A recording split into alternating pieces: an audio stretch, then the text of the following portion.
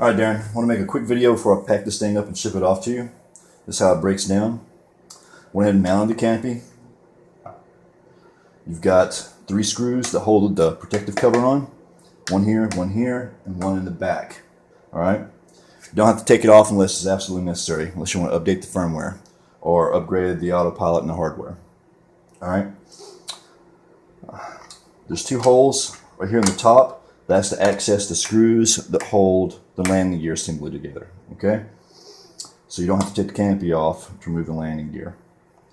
What I've done is I went ahead and removed some of the nuts from the bottom here to kind of speed this up a little bit. So I'm just going to pull this off.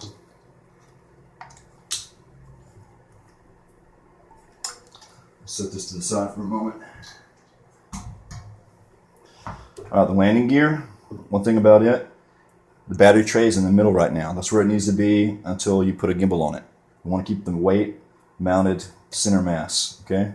So I'm going to get some Velcro straps and put the battery underneath here. Alright, once you get your gimbal,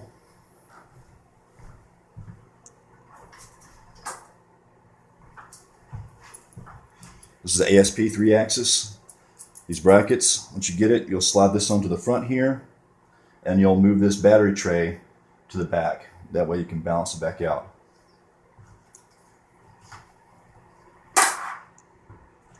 Alright, if we look on the bottom here, there is a bracket here, there's a bracket here. There's 2 screws, each one of these brackets. What you'll do is get your Allen driver, and you'll loosen these up, and these pylons will pull loose. Alright, you'll pull these out, remove the battery tray, slide the pylons back in, tighten them back down, put your battery tray to the back here. Alright, once you do that, the bottom part of the aircraft and the landing gear will be exposed so you can more readily access the nuts to the bolts to remove all this stuff. Okay. What I've done is I went ahead and I've loosened these up. Once those are loosened, you can pull these out pretty easily. Now I'm breaking this down like this just to pack it up, and also to give you an idea, if you want to carry this thing with you somewhere, if you want to pack it up, this is how you disassemble it to get it in a nice compact package. Alright, so this is the landing gear assembly.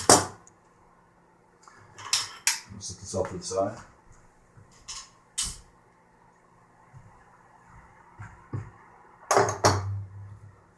Now, all you've got to do to fold this thing up, don't use a drill to put these non-aligned bolts in. If you do, you're strip the heads off of them. Okay? I'm using this just to remove them. And if you don't like using these non-aligned bolts to hold these arms in, you can use steel bolts. I don't recommend it. Simply being is that'll negate the purpose of using the non-aligned, which is to be stress points, weak points, areas that it'll break in the event you run this thing to the ground or run it into something. We want it to give, all right? In a sense of kind of designing it to fail, in a sense. But you're not going to have any problems with this thing in the structural integrity while you're flying it. I've got multiple flights on it. It handles great, all right? Let's go ahead and remove these.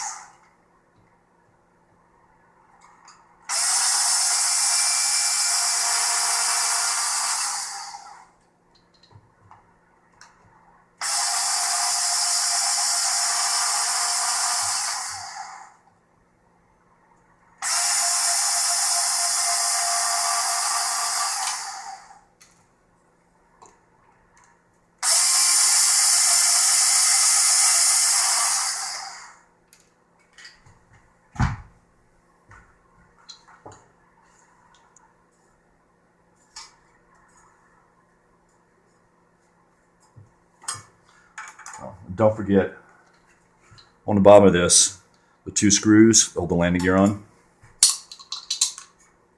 Pop those out.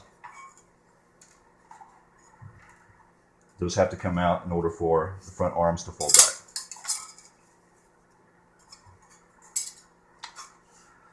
They do make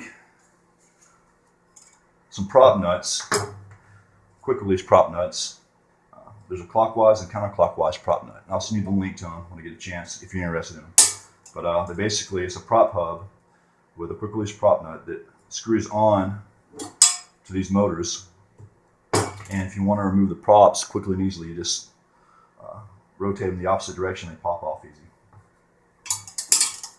I've had some customers use them and they really like them. And that's how it folds up. It's pretty compact.